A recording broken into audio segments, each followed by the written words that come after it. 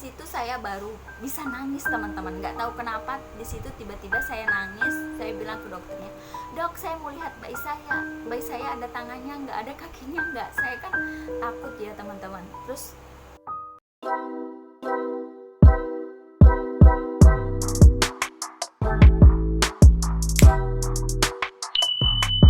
Assalamualaikum warahmatullahi wabarakatuh. Ketemu lagi di my channel Wajah Bahagia. Teman-teman, di video kali ini saya mau berbagi cerita tentang bagaimana sih proses melahirkan saya, dan apakah difabel polio itu bisa melahirkan secara normal atau secara sesar. Saya mau bercerita di awal kehamilan saya terlebih dahulu ya teman-teman. Setelah 1 tahun pernikahan saya program hamil, dan alhamdulillah setelah ikut program kehamilan saya langsung hamil ya teman-teman. Luar biasa ya teman-teman, perasaan campur aduk, ada rasa takut, ada rasa cemas, ada rasa gembira, rasa yang tidak bisa diukirkan dengan kata-kata intinya teman-teman. Oke, setelah itu saya hamil ke 1-7 bulan saya berada di Jakarta, dan saya periksanya di dokter kandungan Jakarta ya teman-teman. Setiap periksa itu saya minta USG sama suami saya. Begitu pula dengan suami saya, karena kita ingin tahu perkembangan janin kita seperti apa. Kan kalau di USG ada apa-apanya itu bisa kelihatan ya teman-teman.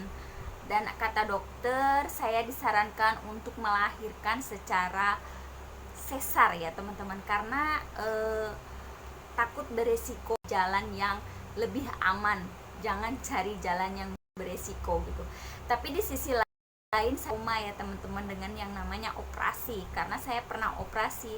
Tapi gimana lagi ya teman-teman kalau emang itu harus terjadi.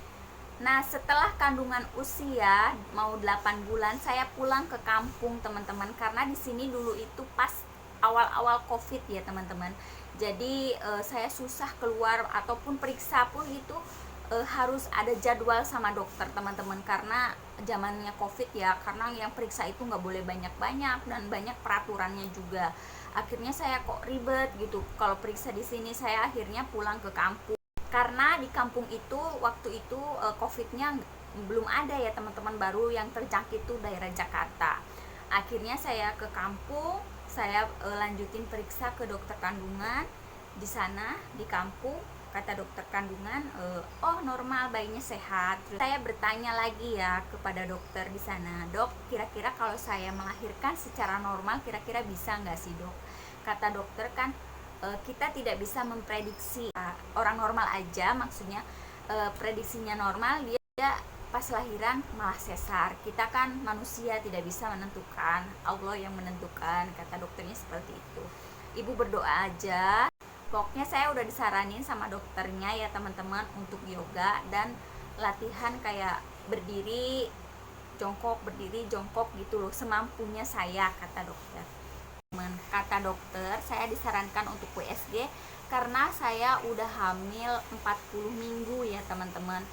Kenapa 40 minggu belum lahir? Kan biasanya 36 minggu atau biasanya sebelum 40 itu udah lahir ya teman-teman. Dan saya di sini juga udah sering kontraksi, tapi itu hanya kontraksi palsu ya teman-teman. Akhirnya saya disarankan untuk USG, tapi di tempat dokter yang saya periksa itu tidak ada USG-nya ya teman-teman. Jadi saya dikasih surat rujukan ke rumah sakit.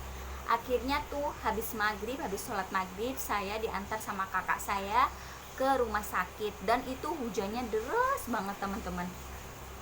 Tapi saya di tengah perjalanan bilang ke kakak saya, ayo udah jalan aja, nggak apa-apa, bismillah gitu. Akhirnya kita sampai di situ. Tiba-tiba pas di USG, setelah USG saya kayak pecah ketuban gitu loh teman-teman. Terus kata dokternya, aduh ini ibu mau melahirkan gitu. Terus aduh saya udah deg-degan ya teman-teman. Ternyata saya di situ udah pembukaan 3 ya teman-teman. Saya bingung ya teman-teman, saya kan periksanya di dokter yang biasa langganan saya, tapi ini di rumah sakit ketuban saya udah pecah. Akhirnya saya telepon sama dokter yang biasa saya periksa. Melahirkan di mana aja nggak apa-apa, yang penting mbaknya selamat sama bayinya. Saya nggak apa-apa mbak, kalau mbak mau di situ saya akan telepon rumah sakit untuk dicarikan kamar. Lega dong saya teman-teman, karena saya kan ngerasa nggak enak ya, udah langganan sama dokter yang biasanya tapi saya malah lahiran di rumah sakit.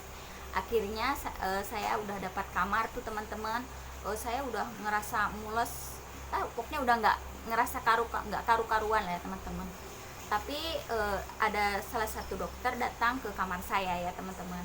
Terus di situ dokter, saya dengar banget teman-teman, dokter suruh menyiapkan, pokoknya intinya untuk operasi lah, untuk operasi sesar, karena dokter tahu kondisi saya seperti apa ya teman-teman. Dan saya itu adalah pasien pertama yang disabilitas yang dokter tersebut bantu gitu teman-teman.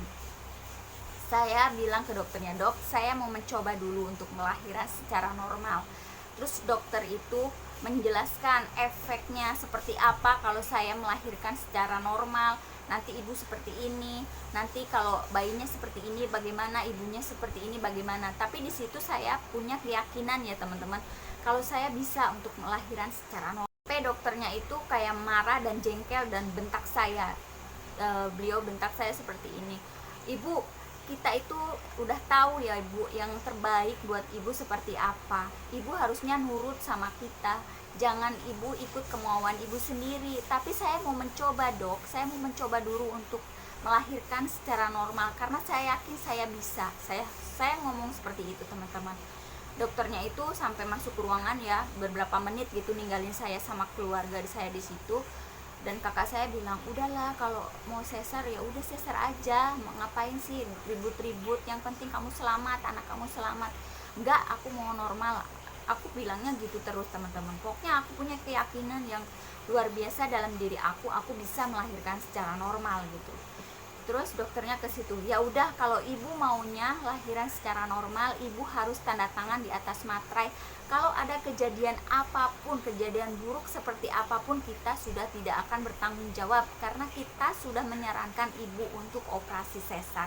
Terus saya bilang, oke dok, saya mau. Akhirnya kita tanda tangan di atas materai ya teman-teman. Kalau saya amit-amit nggak ada apa-apa gitu, jadi dokternya nggak tanggung jawab, karena dokter udah menyarankan kita untuk operasi sesar. Jadi saya cuma 5 jam ya teman-teman, pembukaan 3, terus 8, terus 10. Nah di pembukaan 10 itu dokter udah datang ke situ, dan kata dokter, ya udah bu, kalau mau ngezan ya silahkan ngezan gitu. Akhirnya saya ngezan di situ teman-teman, ya intinya yang melahirkan aja kayak gitu. Tapi ketika saya ngezan itu, bayinya itu ngezan berhenti, ngezan berhenti, padahal di situ kepalanya itu udah hampir mau kelihatan ya teman. Setelah itu setelah berdoa, saya tarik nafas yang dalam ya teman-teman. Akhirnya saya berusaha pegangan. Di situ saya melahirkan pun sendiri ya teman-teman, hanya ditemenin sama kakak saya, karena suami saya masih di Jakarta. Karena suami saya izinnya itu pas sebelum HPL udah lahir ya teman-teman. Jadi kan kalau kerja di call center itu ya teman-teman, kita harus izin tuh harus jauh-jauh hari, biar jadwalnya nggak bubrah ya jadwalnya, jadi kebentok sana sini. Jadi kan susah, karena call center kan 24 jam ya teman-teman, karena suamiku kan shift 3, shift pagi, siang, dan malam. Jadi harus jauh-jauh hari. Terus suamiku ditelepon sama kakakku kalau aku mau lahiran. Tapi di situ aku biasanya ya teman-teman, kalau pas hamil itu aku cengeng, nangisan gitu loh. Tapi ketika aku mau melahirkan, di situ aku